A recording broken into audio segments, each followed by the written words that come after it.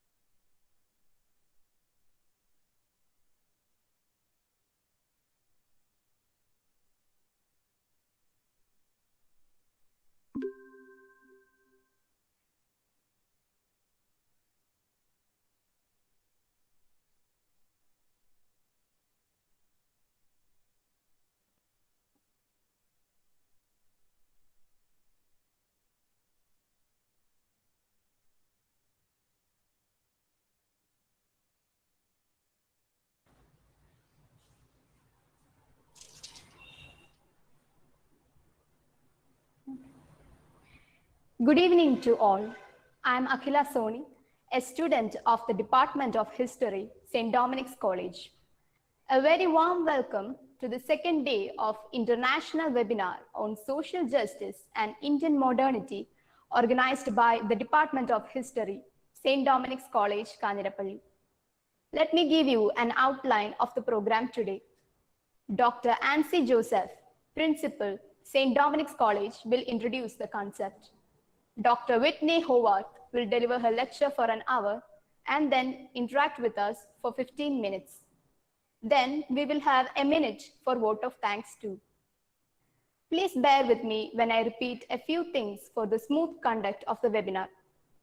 Please keep your audio muted unless you want to speak up. Kindly post your questions in the chat box while the session is on. You can also raise your hands to ask questions during the interaction. Please fill up the feedback form provided by the end of the session. Please note that this is mandatory for issuing e-certificates. Thank you very much for your cooperation. Dr. Ansi Joseph, Principal, St. Dominic's College, Kanjirapally, is a reputed social activist and has a lot of experiences in the fight for social justice. She is the right person to introduce the concept of discussion today. Dear Dr. Anthony Joseph, we are eager to listen to you.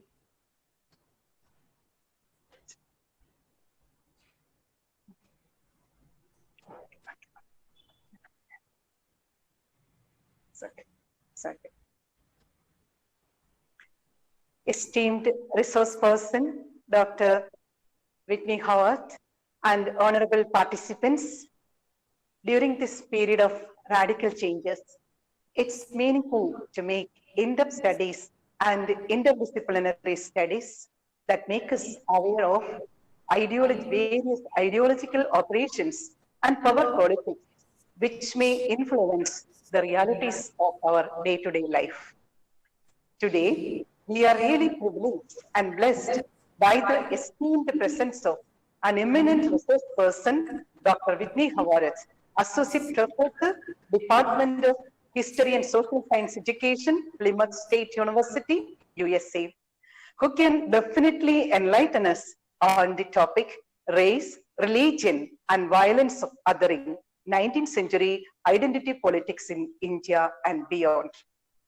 Identity politics is displayed when people of a particular race, ethnicity, gender, or religion form alliances and organize politically to defend their group's interests and moving away from the traditional broad-based politics. Quite naturally, otherness is the outcome of this identity politics. In India, 19th century social reform movements were trying to defend the rights of certain caste, community, and religious groups. In a way, the socio-political reform movements broaden the idea of social justice and emphasize the dignity of the individual. But at the very same time, only very few argued for social justice in a wider sense with a broad and accommodative attitude. Most of them argued for the rights of their own communities only. As this process of community consciousness advanced, each had to advance their own interests in competition with those of the others. And thus the politics of othering got extended day by day. Even today, the contemporary politics of India has not become free from the man-made manacles of identity politics and communalism. The underdevelopment and unemployment of various communities of India propel this trend.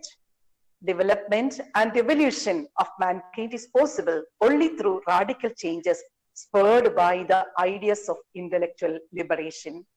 I'm sure that Dr. Whitney Howarth, an expert in Indian history, can give us very valuable insights on identity politics in India and beyond. And I wish you all a very fruitful time of intellectual discourse, and with our eminent faculty, Dr. Whitney Howarth. Ma'am, once again, here I extend you a warm welcome to St. Dominic's College. Wish you all the very best. Thank you. Have a nice time, dear participants. Dr. Whitney Howarth, Associate Professor of History at Plymouth State University, USA, is an expert in the history and contemporary developments in India. Dr. Howarth's other teaching and research interests include women's studies, post-colonial literature, migrations, sustainable development, and globalization. Dr. Howarth's regional specialization is India. Her research focuses on the 19th century and examines themes such as colonization, statecraft, nationalism, and identity formation. Dr. Howarth sits on the executive boards of the New England Regional World History Association, the New Hampshire Council for the Social Studies, and the New Hampshire Peace Action Education Fund. Dr. Howarth, I take the privilege to invite you to lead us to the depths of the topic, race, religion, and violence of othering, 19th century identity politics in India and beyond.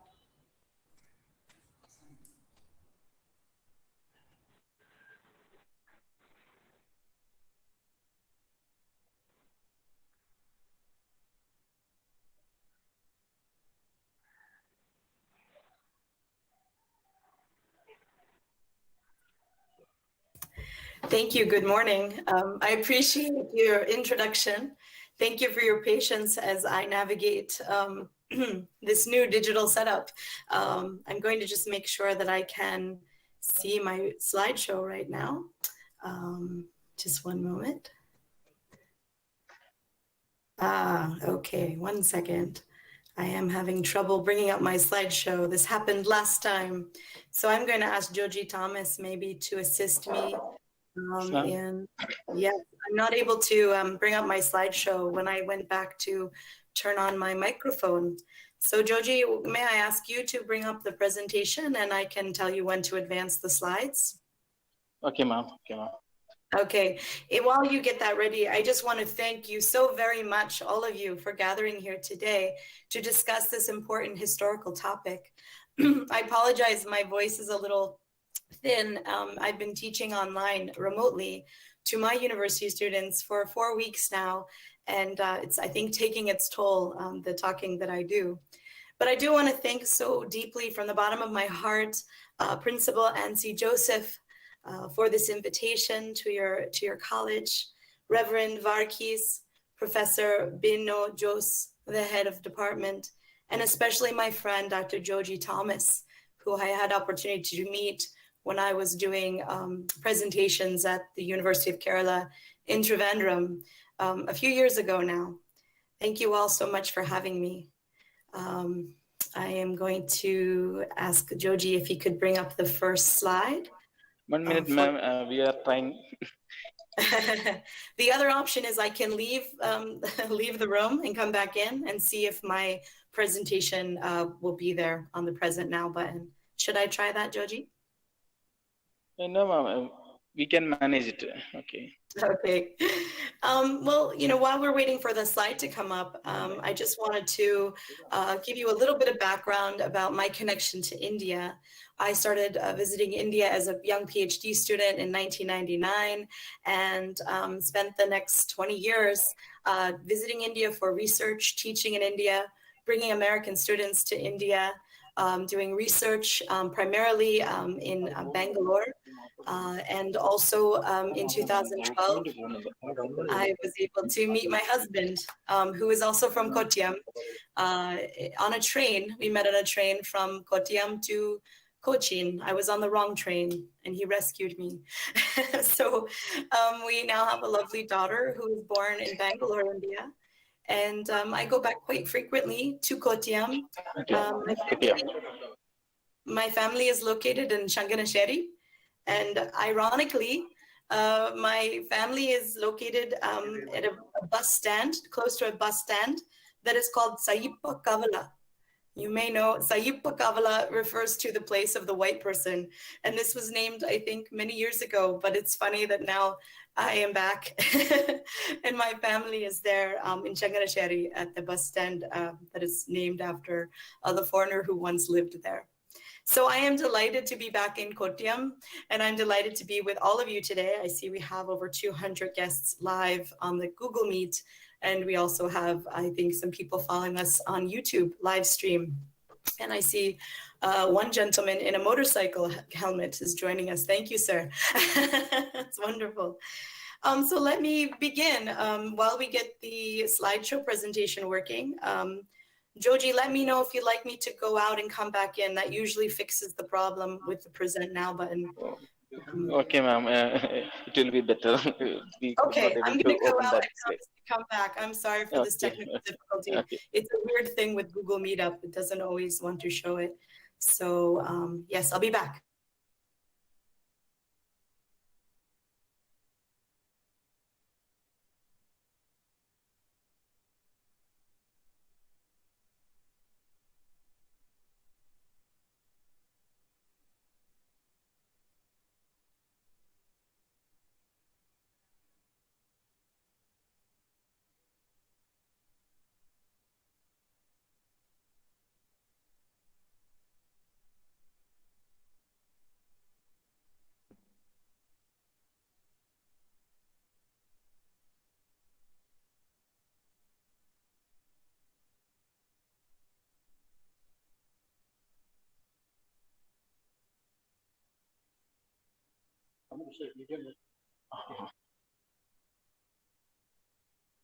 Hello.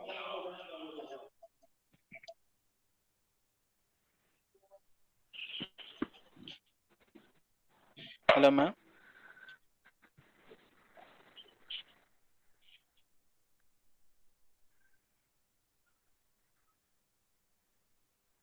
The problem. Okay, let's see now. Okay, it's working, Joji. Here we go. Ready, everyone?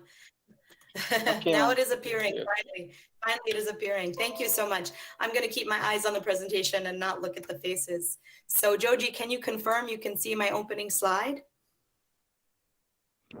Joji? Can you see my slide? Yes, ma'am, we can. Okay, thank you very much. Okay, here we go. Let's get started. So my connection started, and I'll just ask everyone to put their mics on mute for the presentation. Thank you. So my connection started long before I met my husband in 2002, but I thought that I should share my family's photo because my connection to India is strongest in my heart. But it's also a connection of intellect and academic connection because, as I said, I started in 1999 at United Theological College in Bangalore as a PhD student who was studying primarily the connection between politics and religion, which is largely a topic I'm here to talk to you today about. And my thesis, my doctoral dissertation, which I submitted in 2004, focused on research I had done in the archives at United Theological College, missionary records, and also the government of Mysore, the Principality of Mysore records at the Vedant Saudha in Bangalore. So this was my curious question that I was really posing at the time was, can you have a modern state and a state that gives primacy or priority to a religious community? So can you have a modern Hindu political community? And I'll ask you to read my dissertation to see if I proved the answer.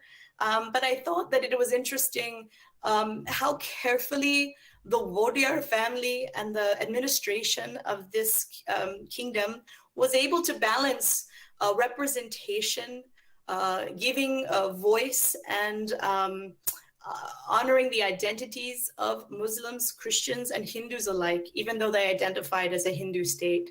And this question has borne in other aspects of my research, looking at tribal identities and looking at environmental issues as it relates to identity and religious identity. So that was my work in 2004. And then I've subsequently visited UTC in Bangalore to give papers and presentations on mostly on missionaries and Christian communities in the 19th century who were advocating for mediating disputes between members of the community and protecting and promoting the rights of citizenship, if you can call it that, in colonial India, the rights of civics and human rights for their communities. I taught at Scott Christian College in Nagarcoil, Kanjirapally, in the summer of 2007, which was a wonderful experience. And again, I've been doing research more recently at Mahatma Gandhi University on the question of indigenous land rights, identity, globalization, and development as it relates to the Mutan and Mannaban in the Western Ghats region. So that's my sort of connection intellectually to India. Let us begin. I recently came to learn that there is a central government office in India belonging to the executive branch dedicated to social justice. This news delighted me. This is, as you all know, the Ministry of Social Justice and Empowerment. And as you know, this is a very high-level government office at the highest level, what we would call the cabinet level. And it is responsible for the welfare, social justice, and empowerment of disadvantaged and marginalized sections of society, including scheduled castes, other backward castes, other backward classes, the disabled, the elderly, and the victims of drug abuse. And I love that phrasing, the victims of drug abuse. As an outsider and a foreigner who loves India, but someone who is always curious about how statecraft is done, how states are organized, and how they create policy, I was delighted to learn about this ministry because we don't have anything quite identical to it in the United States government. So I read up on the jurisdiction of this ministry, the sub-departments, the offices it oversees, and I was very interested to learn that this one agency brings together quite a diverse range of services, and it serves a truly diverse group of people. For instance, the ministry combines services for people with addiction and people over the age of 65. It addresses the needs of those disadvantaged by casteism and those who are physically disabled. A fascinating and rich combination of diverse needs. The ministry has also taken on everything from providing nutritious meals programs to establishing Braille libraries for the blind, and even creating partnerships with companies that manufacture artificial limbs. And it's a very ambitious ministry, to be certain. Yet in some ways, this all makes perfect sense. All these groups now and have in the past faced horrible discrimination and fierce marginalization. None of these problems are particularly modern, necessarily, but seeing them as constituencies in need of a government ministry may be quite modern.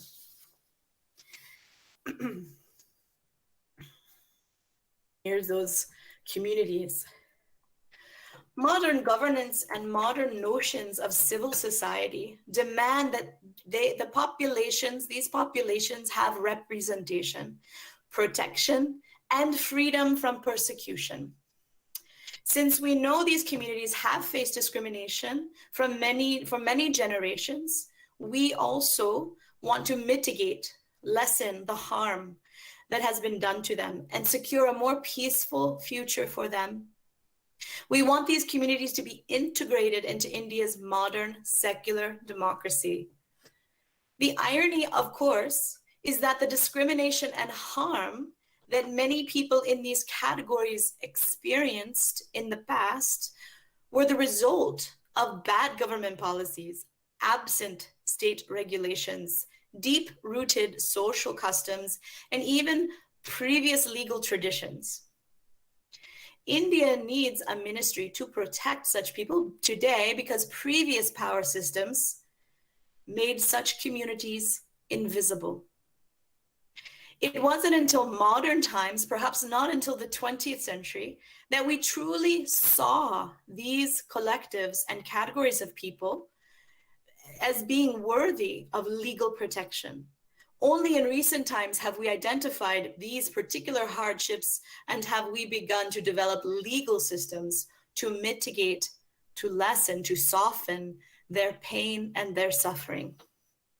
Our modern conversations have recently centered on themes of justice and equity and inclusion. But how were those conversations shared by people participating in historical power systems that were designed to maintain inequity and injustice? I speak, of course, of empire. As a British colony for almost 200 years, India had to contend with exclusion and injustice. Indians were subject to the worst forms of racism and economic exploitation. As we know, colonialism is violence. As such, colonial rule relied upon policies and of subjugation, extraction, and humiliation to maintain power. And in such an imperial system, there was little thought given to developing public policy that authentically uplifted, liberated, empowered, or brought justice to the people of India. Without true political representation, most voices were silenced in colonial India. Many people were made invisible. And the suffering of marginalized people never made an appearance in the imperial ledger books recording colonial debits and profits. So how did people on the margins find community and care and compassion? In 19th century colonial India, Christian churches, Hindu sabhas, Muslim Waqif boards, caste associations, factory labor unions, farm workers collectives, and local self-help groups filled the void that the British Empire left gaping and wide. These micro communities provided welfare and services at the local level as efficiently as possible in response to the fast-paced social changes belonging and besieging Indian communities.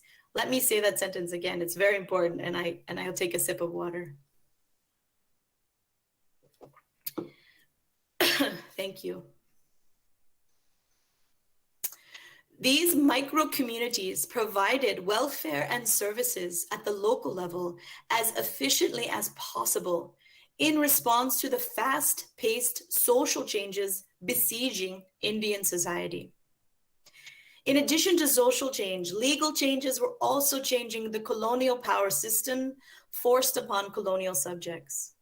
No sooner did local communities learn to negotiate one set of norms before another set of regulations, restrictions, amendments, and legal revisions were introduced into an ever-shifting, complex landscape of bureaucracy. I want to talk about some specific laws in a moment and how they shaped Indian national consciousness and communal consciousness. But first, let me set out my main argument, and we can tear it apart later during the questions and answers. I would like to suggest here today that when colonial Indians turned to these micro communities, these sabhas, associations, self-help societies, etc., in the 19th century, for protection and for empowerment, they did so, and the unintended was detrimental to the larger collective good. By choosing affiliations by caste, class, and communal character for survival,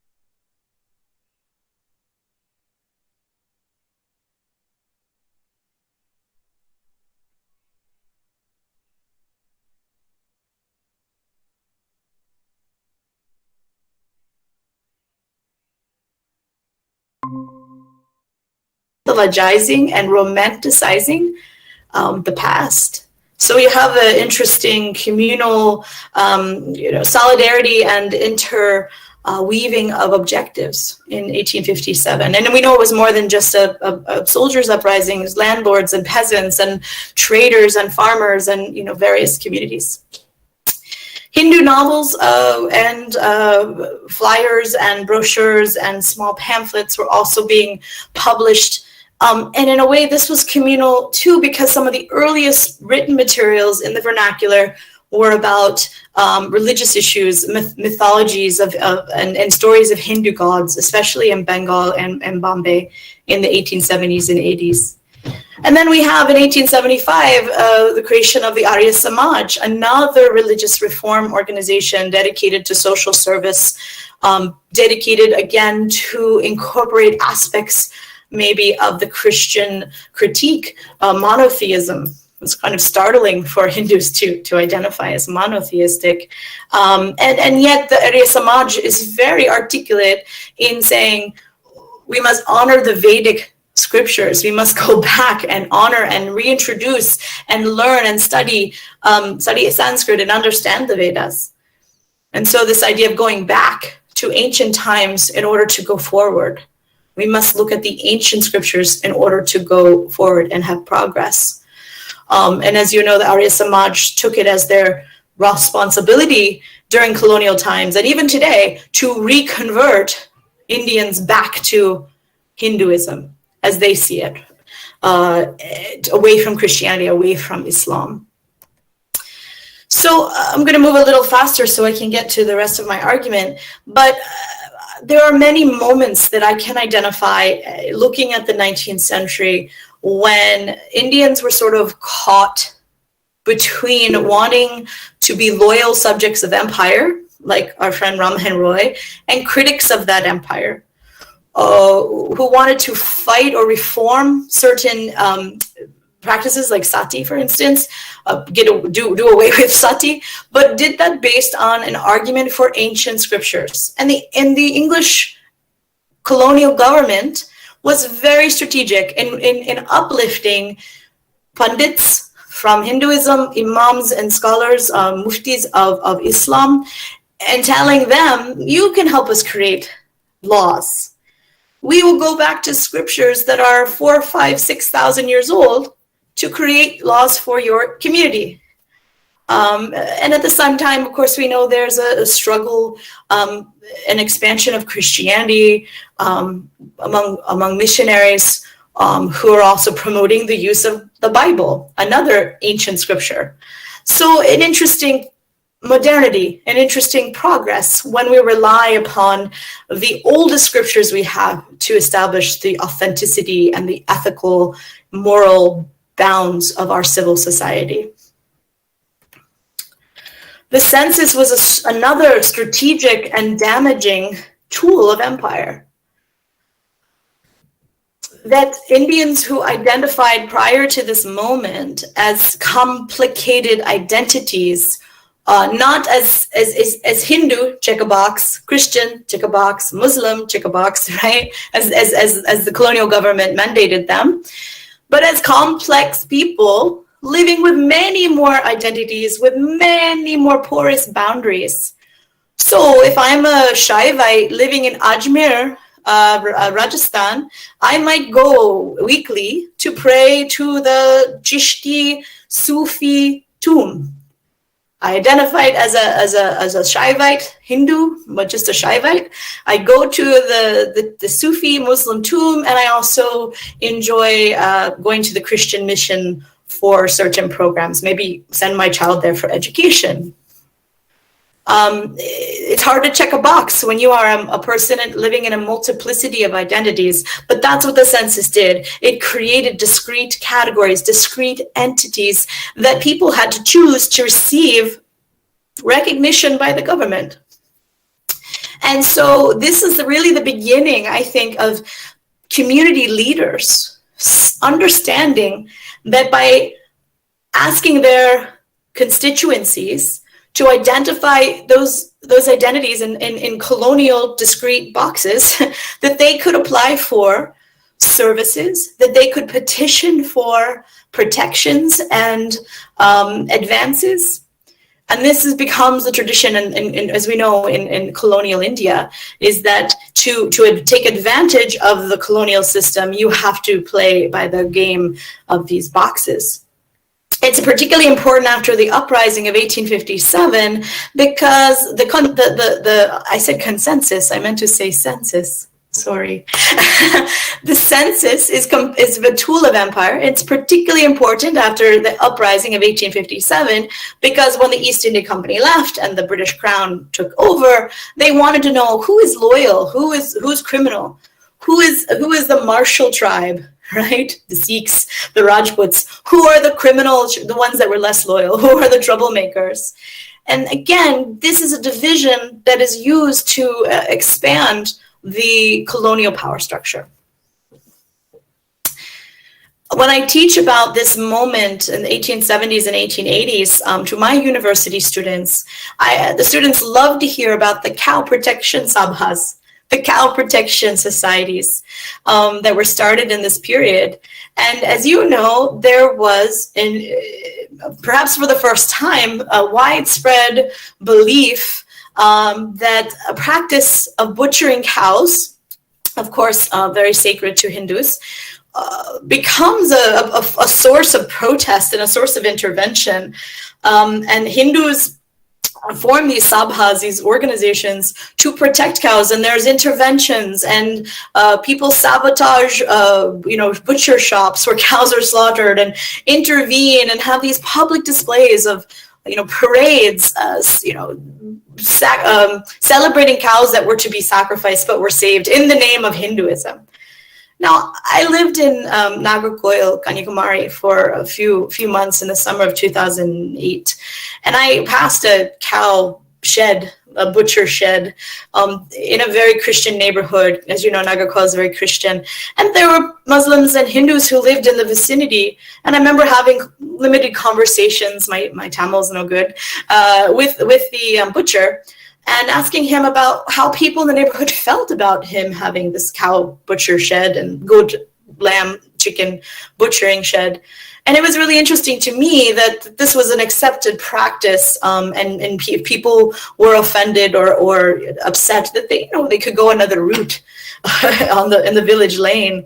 But the idea that somehow cows become this symbol of preserving Hindu identity and communal identity. And it is at this time that so many other self-help groups and caste associations are born, as people start to realize that public identity is as important as a private identity. So the private domestic space is where a lot of worship and religious customs and traditions occur. But increasingly in this period, we see communal riots for the first time. We see, because of these parades and drumming and symbols in front of mosques and Hindu temples and even churches, we see people going more publicly into the public sphere, into the space, competing for space, competing ideologically for how public space is utilized. And this is problematic. It's around this time that certain leaders of certain sabhas or communal groups start publishing and speaking in defense of their own groups, but also to assault others. I won't spend much time on this section of my presentation, but I'm happy to share the presentation with anyone who would like it. I've sent it to Dr. Joji Thomas. It's around this time, I think, also that Indians are articulating an economic nationalism, thanks to Dadabhai Naoroji and a community of Anglophiles, imperial subjects who love the British Empire, but who can also critique the economic violence being done by what Naoroji refers to as the drain. The idea that there is a deplorable abuse, a deplorable drain of economic resources that are being extracted from India, that are being taken away from India. And as he says in the third paragraph here, there's also harm being done to the young men at this time who go to university, who can go to Cambridge or Oxford or going to some of the new universities in India established by the British and others. Their harm is that they graduate with great loyalty and love of empire and they want to serve, but there's no means by which to do that. And so there's an economic frustration that gets manifest in a type of nationalism. I would argue more an opposition or a critical look at empire, not a call for independence or freedom, not yet, right?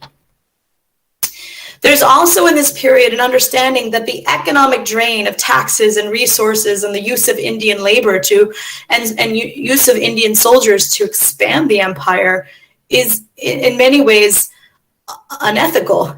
The fact that the British Empire is going to expand into the northwest regions in Afghanistan and Pakistan and after 1885 into Africa with the use of Indian labor and funds and soldiers is becoming more and more apparent from this period into the First World War. Empire relies upon the collaboration and the subjugation and submission of the Indian people. They are the crown jewel of this British imperial diadem crown. And this is upsetting, obviously, to people who understand the economics of the situation.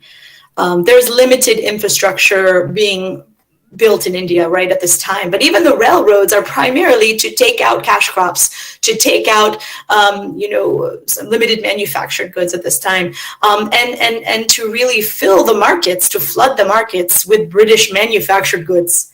Again, another form of economic violence because the people have fewer options. And this is the period where scholars talk about deindustrialization and the dependency of Indians on foreign products, which is devastating to local economies. When the Indian National Congress is formed and they gather, many of you know this, but it was always surprising to my students that when I say they gathered once a year for a few days to debate and chat about these issues. And the primary issue of contention in 1885 was that, again, civil service exams were held in England, not in India. And then at some point there was a cap put upon the age limit of who could take the exams.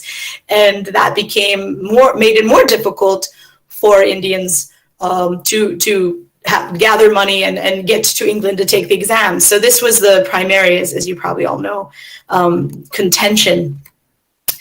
So one thing about communalism I want to bring up in the Indian National Congress is that it initially, it's got English membership, people who identify as Indian maybe, but they're white. They were born in England, and also Muslim representation, though always very small. There was always Muslims in the early meetings, and elites and traders and businessmen and Parsis like Nauraji and Christians and many represented communities, not the least of which we have to mention, as you know, Ali Jinnah, the president of Pakistan.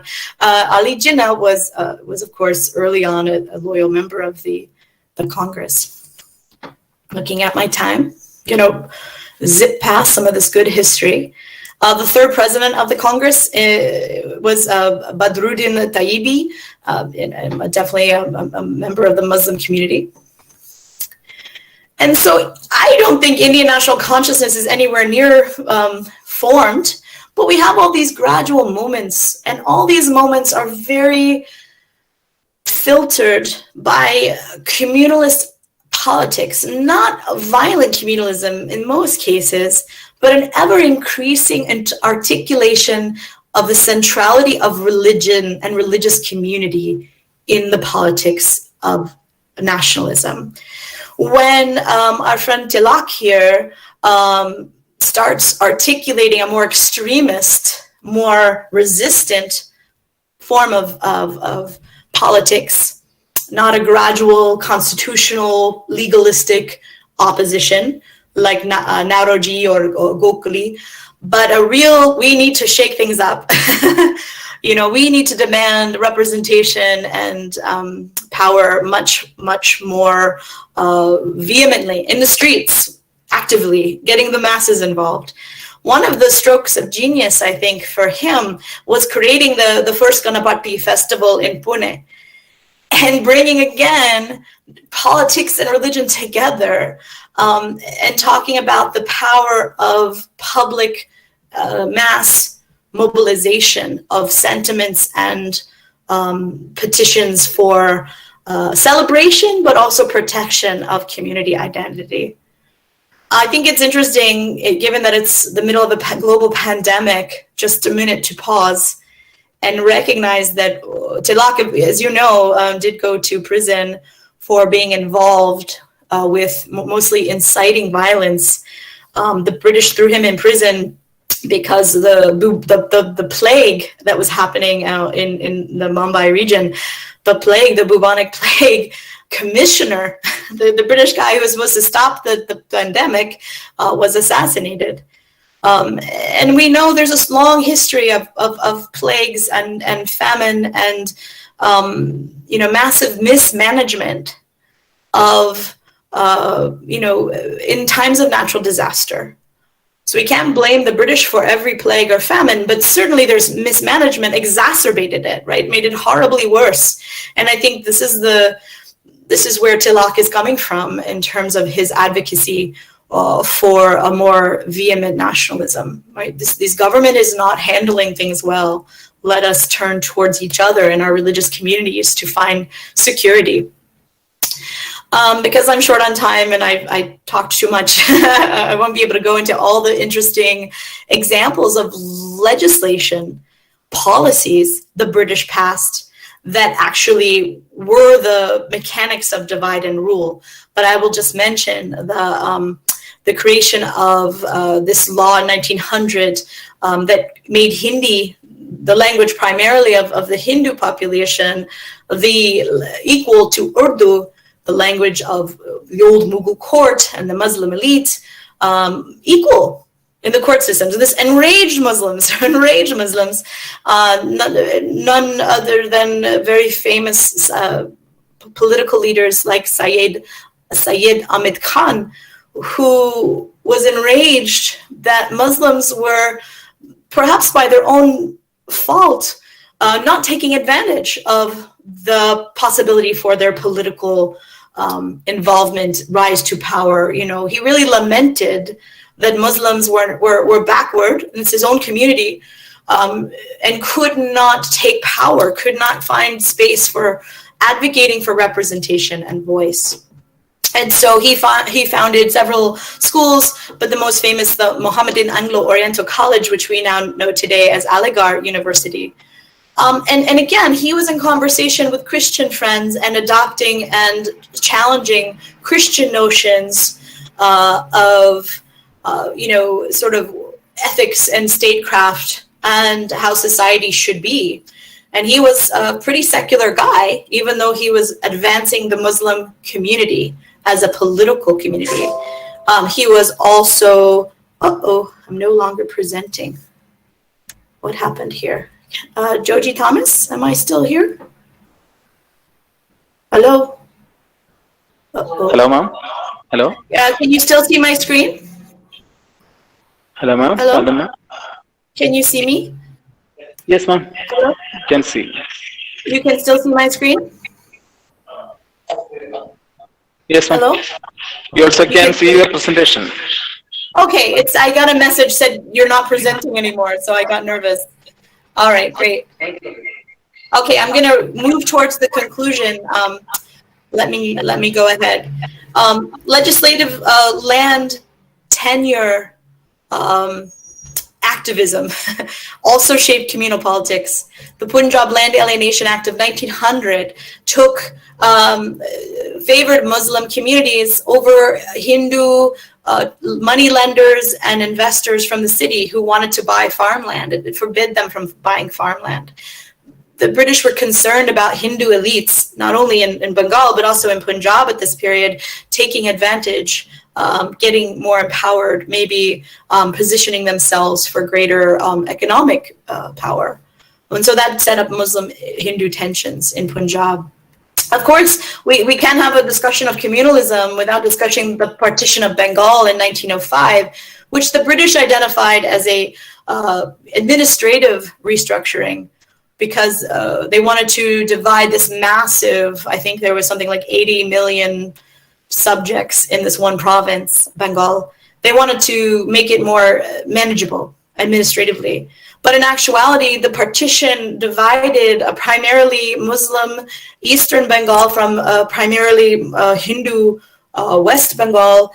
And of course, there was, by the Hindu elites, the Calcutta Babus, a great outcry and an uproar. And this is where we have the first, long before Gandhi comes back to India in 1915, where we have the first Swadesh movement, the first boycott of British goods, the first organized street protests and sit-ins and marches, because there is a awareness among certain Hindu elites at this time and Christians and others that Britain is consciously, strategically dividing Muslims and Hindus and making them compete for resources.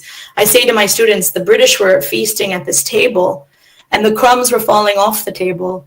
And the Hindus and Muslims were fighting for the scraps, the crumbs, and doing so violently and harming each other. when they didn't stop to realize that they were crumbs they were fighting for. So tilak is central in the organization of boycotts and buy fires and the Khadi movement, all again preceding Gandhi's use of these tools in his non-cooperation civil disobedience movement. The Muslim League is born in the middle of this moment, as you know, because many Muslim elites felt grateful to the British, and they were jockeying for power and position within the colonial structure, and they were grateful for the division of Bengal. And the Muslim League was created to give voice and representation to a Muslim community who felt dominated by these Hindu elites in Bengal specifically, and then in other places. As a minority group, they were trying to protect their interests, but it's fascinating that they would see their interests aligned with communal politics, with identifying as Muslim politically before they identified maybe as other identities, as factory workers or farmers. And as we know, it's going to take the Muslim League a very long time to win the communal vote. They, even into the mid-1930s, their electoral results are showing Muslims in many provinces are voting for local farm parties and labor parties before they're identifying the Muslim League as the sole spokesman for their interests. And that tells us, again, that communalism wasn't inherent or wasn't baked into any Indian notion. It had to be taught. It had to be represented to them by elites who said, listen, your best bet is to vote communally, to think communally. The British were brilliant at divide and conquer because early on they understood that if they could give more crumbs to Muslim organizations and Muslim parties by giving them separate elections and separate seats, that they would win the Muslims' loyalty. And, I talk to my students about this concept in an American framework. What if tomorrow Donald Trump said, we're going to divide the Congress and we're going to have Jewish people vote only for Jewish people, and Black people can only vote for Black people, and Christian whites can only vote for Christian whites? That would horrify us in America. That would go against everything our secular democracy expects and needs and is meant to be. And yet in India, because of the colonial violence, because of the structures, it's what people felt they needed to do. We know Bengal was reunited, and yet at the same time, there were a series of increased reforms to further divide Muslims and Hindus in terms of their political opportunities, their representation, elections, etc. I'm going to wrap up pretty soon. I'm sorry I went a little over my time. There's a whole rich scholarship about this gentleman who most of my students couldn't identify when I showed this picture to them because they've only seen the old Gandhi and they've only seen maybe clips of 1984 Richard Attenborough's famous film Gandhi. The scholarship suggests that Gandhi was in many ways amplifying and increasing communal division by his use of predominantly Hindu symbols, by his dedication to Hindu ideologies and spirituality. He was very invested in his own Hindu identity through his lifestyle and life choices. And while he was a beautiful mobilizer of the masses for nonviolence, he did not understand the complexities of communal politics in colonial India. And I think that's why he was, shocked when partition happened and the violence erupted shortly before his death. He seems not to understand. And at the same time, all throughout his life, starting in 1920, especially in 1922, and in many moments, he saw communal violence and he saw its dangers.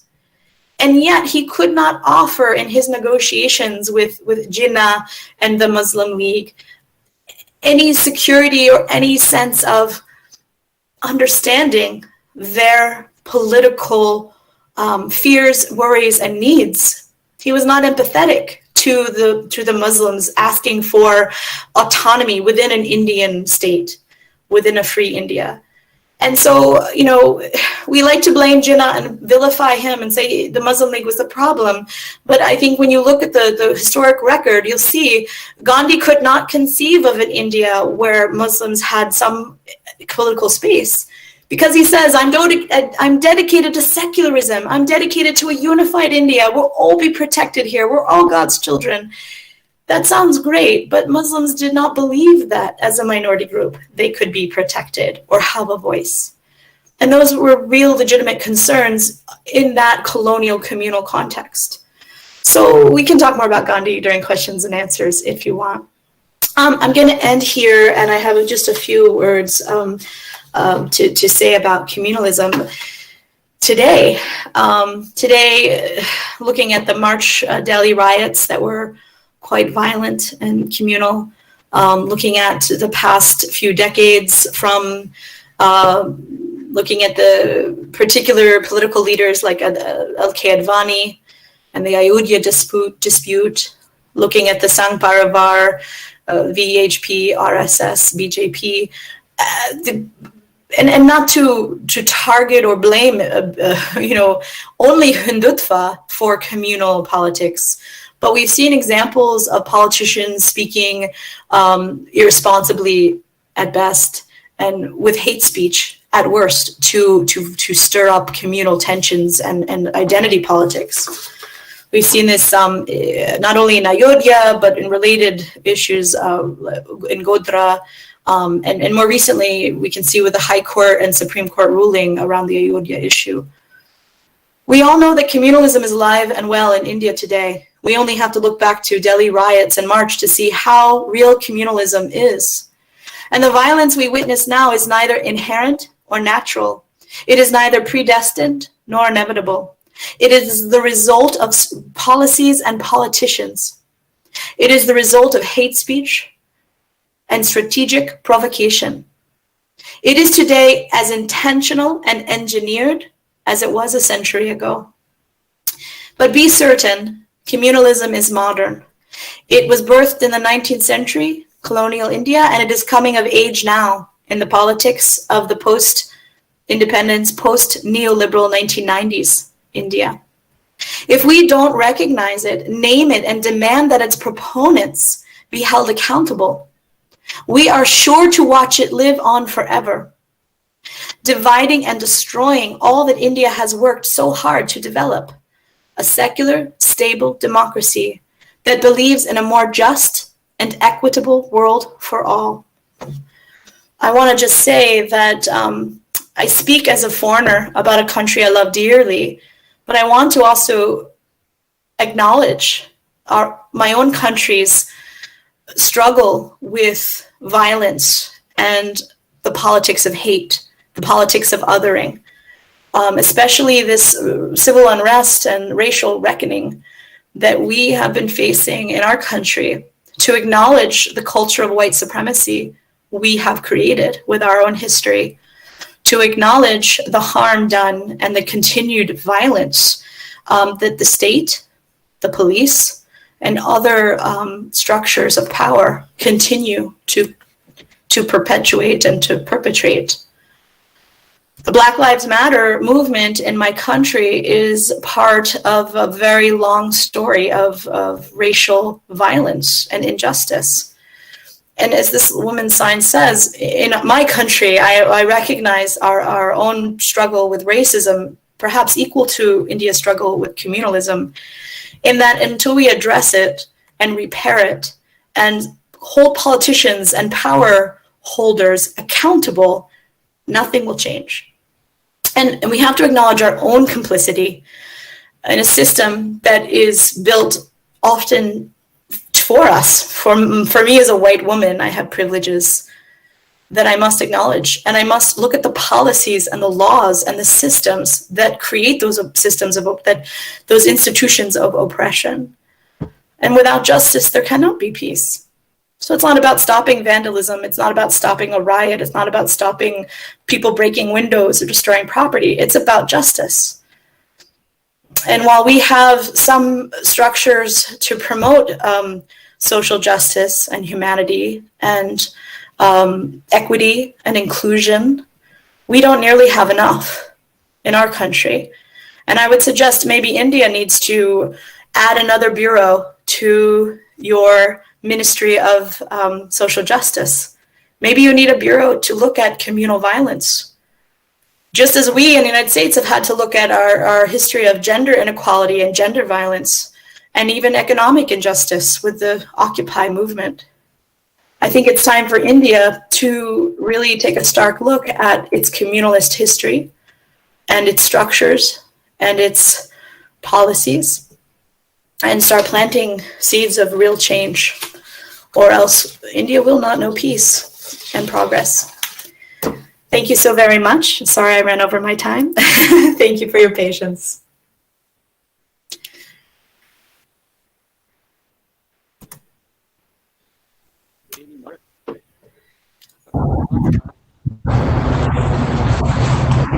Now it's time for interaction. You can either unmute your mic and video and ask the question, or you can post it in the chat box.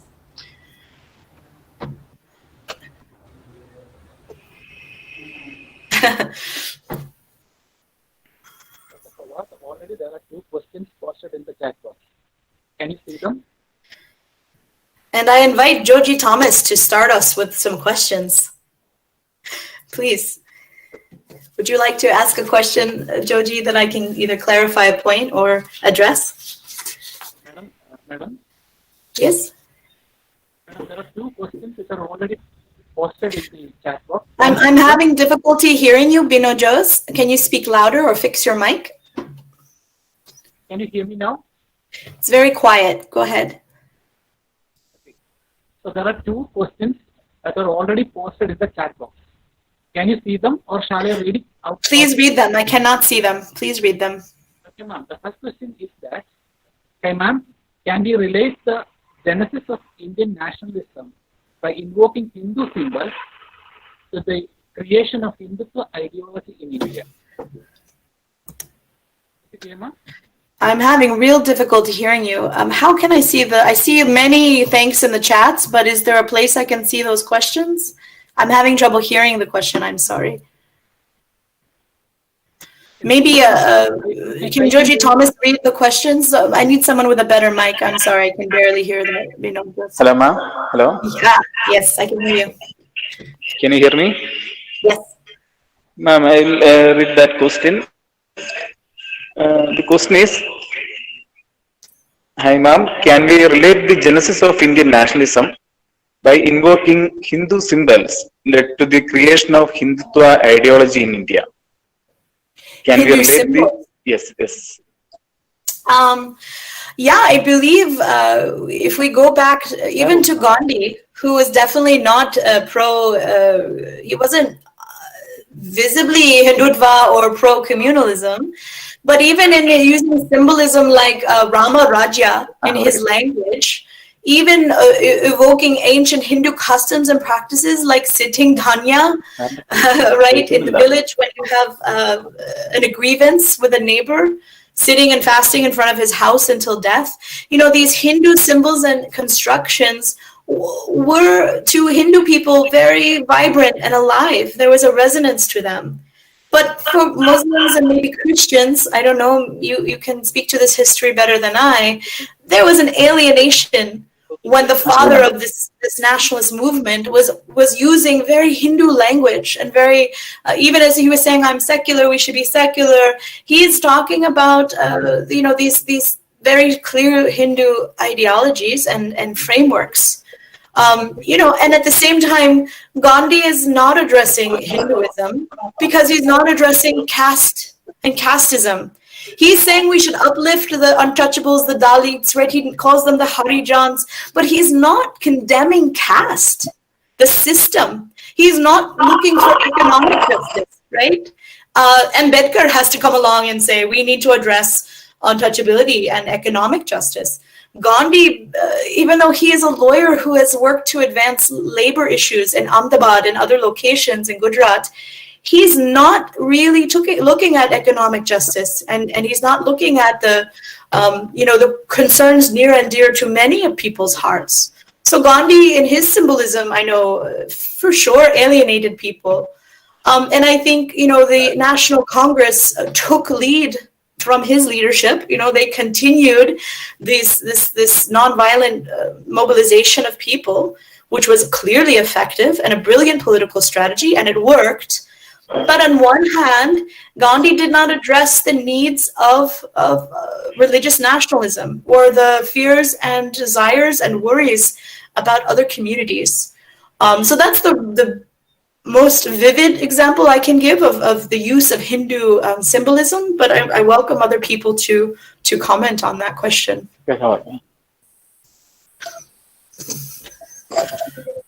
Hello, ma'am. Yes.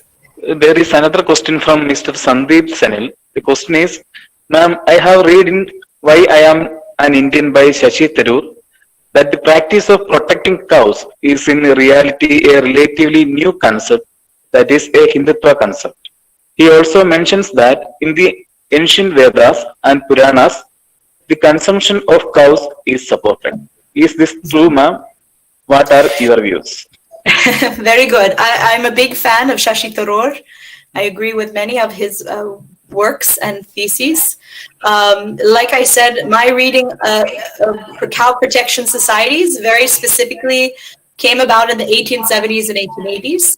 So that, yes, absolutely, I understand that as a modern and recent phenomenon. I am not an ancient historian. You'll have to ask Ramila Tapur or someone from JMU who studies ancient Vedic history and early history. But I have also read the consumption of beef was not uncommon among Brahmins even in Vedic times. But again, I'm a modernist, so I'll stick to the 19th century. Thank you for your question. Now, another question from the same guy. Ma'am, Mahatma Gandhi fought against casteism and untouchability during his lifetime, starting right from his childhood. But he took a different stand when the British government decided to give separate electorates to depressed classes on the request of Dr. Ambedkar and others. Why did he oppose this? And he took a different stand. Can you repeat that last part about Ambedkar? Yes, ma'am. Just repeat the last part about he took a different stand. Something about Ambedkar. I missed that last sentence. He took a different stand when the British government decided to give separate electorates to depressed classes on the request of Dr. Ambedkar and others. Why did he oppose this? So I'm not a scholar of that particular agreement, and I don't know the intricacies of Ambedkar and Gandhi's political agreement or alignment in that issue. I think that Gandhi, again, as I proposed, I don't think Gandhi took a stand against caste. I think he took a stand in favor of the upliftment and equal and fair treatment of the Dalits. That's different than attacking and criticizing and deeply resisting the caste system at all levels. So I would say, the Congress and Gandhi's inability to look at socioeconomics, to look at caste, led people to flee Congress and turn to Dr. Ambedkar and others. And the creation of reservations, the creation of separate elections, for backwards caste and lower caste people made sense in a Gandhian worldview. It made sense too because he wanted to mobilize that community for his political objectives. But I don't believe he truly, in any of his writings, deeply deconstructed the evils and problems of the caste system at large. And I think that's a great failing of a man that many consider a saint and a Hindu Mahatma. He never rejected that part of Hinduism. He merely wanted to uplift those who were tragically and most violently affected by it. But I think we have to address the Brahminical critique and the other critiques of caste if we want true social justice and progress. It's not enough just to offer charity or reservations to the lowest castes. It's not enough.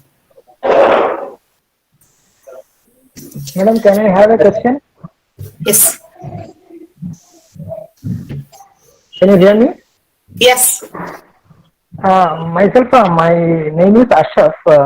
My question is, in a multicultural country like India, the identity politics, when in the case of minorities and Dalits, whether it is beneficial for them for their upliftment, because identity politics usually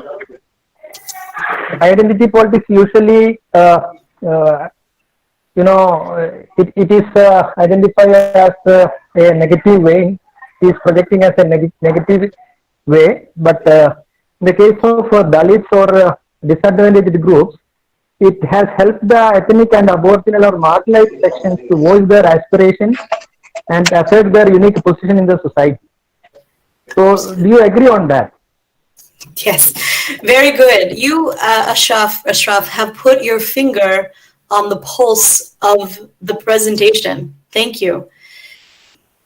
Absolutely. From starting in the 19th century, those caste associations, those communal groups, those were a response to colonial violence, and they were necessary. But the unintended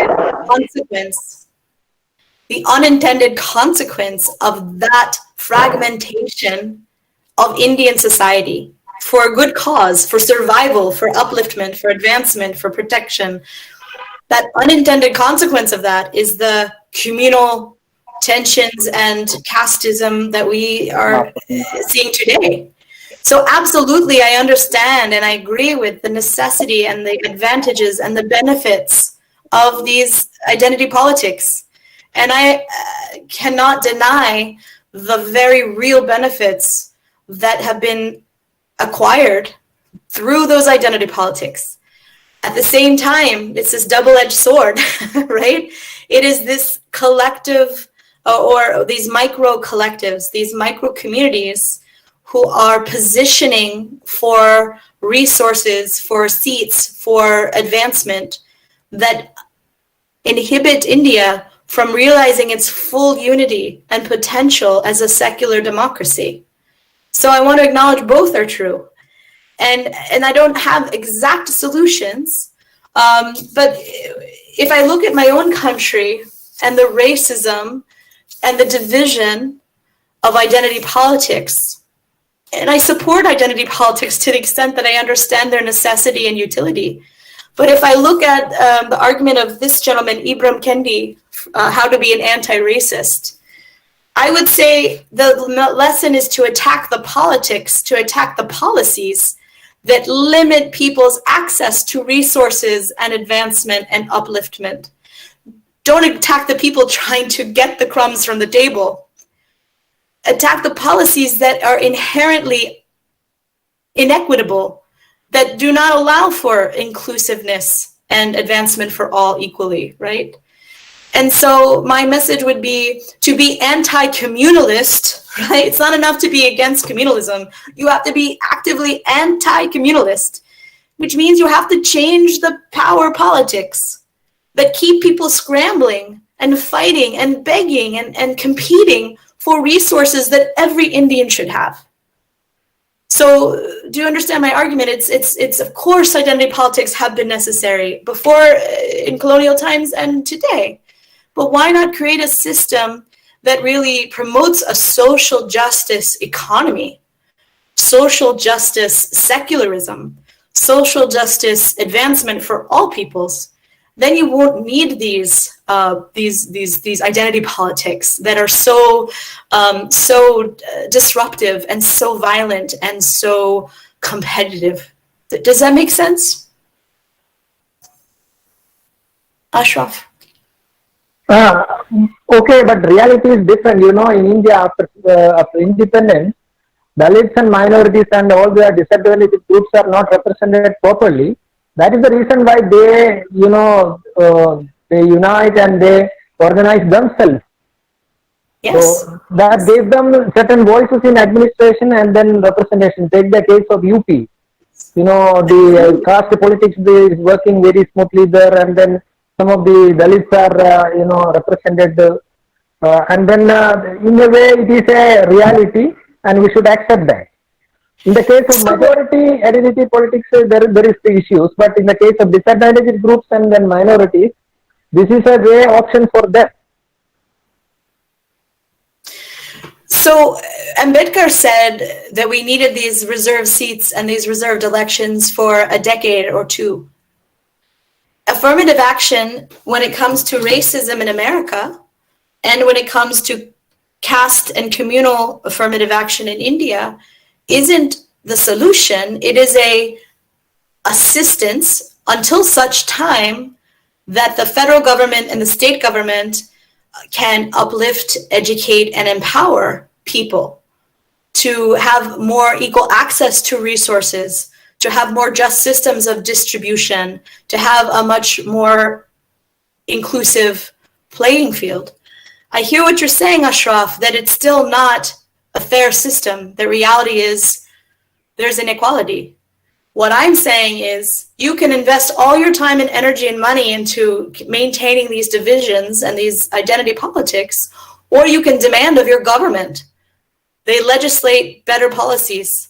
You can demand of your politicians that they hold people accountable when there is injustice, when there is violence, when there is communal rioting, that you demand the police don't stand by in Delhi and watch Muslim houses burn or assist rioters to kill Muslims. You have to, there's a balance. I'm not being idealistic. I understand the politics and the reality in India today and historically. But to say it's just reality, we'll never get rid of identity politics is to say we're not going to demand more of our government. We're not going to demand more of our secular democracy. We're not going to, as Ibram Kendi says, start changing the policies that make injustice the reality.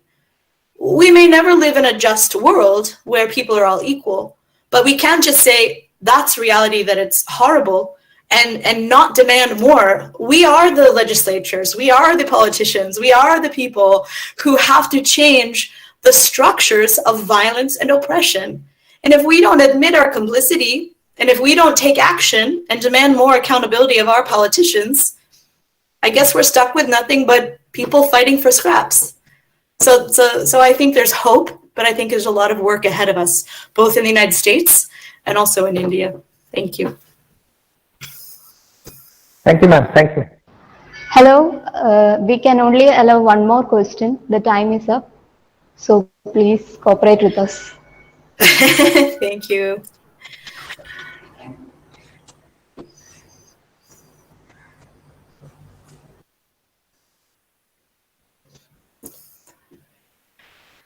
Any final questions? Ma'am, one more question. So calling Gandhi Mahatma is not an apt term by Shiny Prakash. Calling Mahatma is not what? So calling Gandhi Mahatma is not an apt term. Is not an atom? Apt term. Do you agree with that? Okay, I don't care what anyone calls Gandhi. If they want to call him Mahatma, they may do so. If they want to call him Babu or, any name is fine. What I was saying is that if Gandhi is portrayed only as a saint and only as the father of independent India, and we don't stop to critique respectfully and carefully the parts of his politics which added to communal violence and communal politics, we're not, as historians, doing our work. When I teach Mahatma Gandhi, I teach with great respect for his ability to advance the interests of the Harijan. I speak about the beauty of nonviolence and the mastery he had of civil disobedience and mobilizing the masses. But we have to look at the full character of a man or woman. We can't simply say he's a saint or a great soul and finish there. We have to realize that Gandhi was a man, he was flawed. He was at times a bit selfish and egotistical like all of us.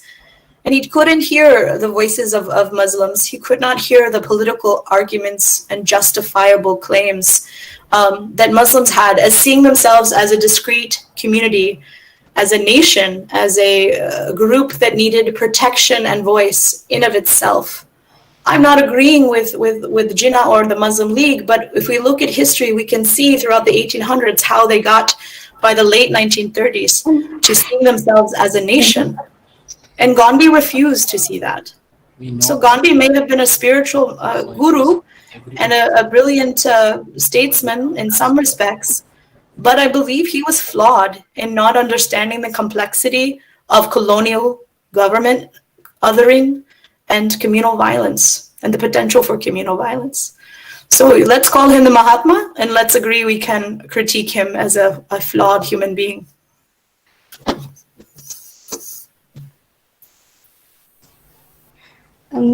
Thank you, ma'am. We know that the seminar was so interesting that there were many questions, but we cannot give time to every question. So we are completing it here. Now I request Dr. Joji Thomas, Assistant Professor, Department of History, St. Dominic's College, and coordinator of the webinar, to register vote of thanks.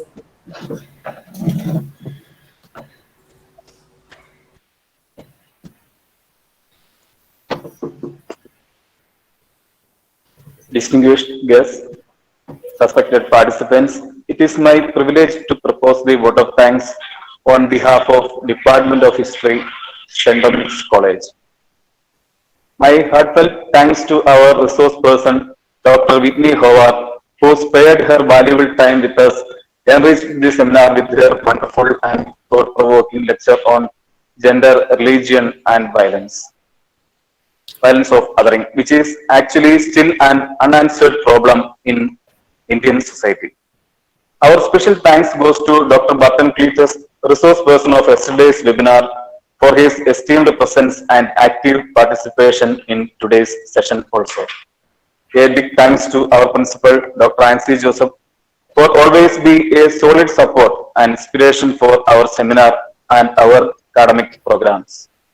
Our sincere thanks to all the participants, including professors, research scholars, students across the world who joined today's webinar and made it a grand success through their active participation and interaction. Once again, thank you all. Today's seminar is over. Tomorrow's seminar will start sharply at 5 p.m. of Indian Standard Time. And all the participants are requested to fill their feedback form within 5 minutes. Today itself. Thank you.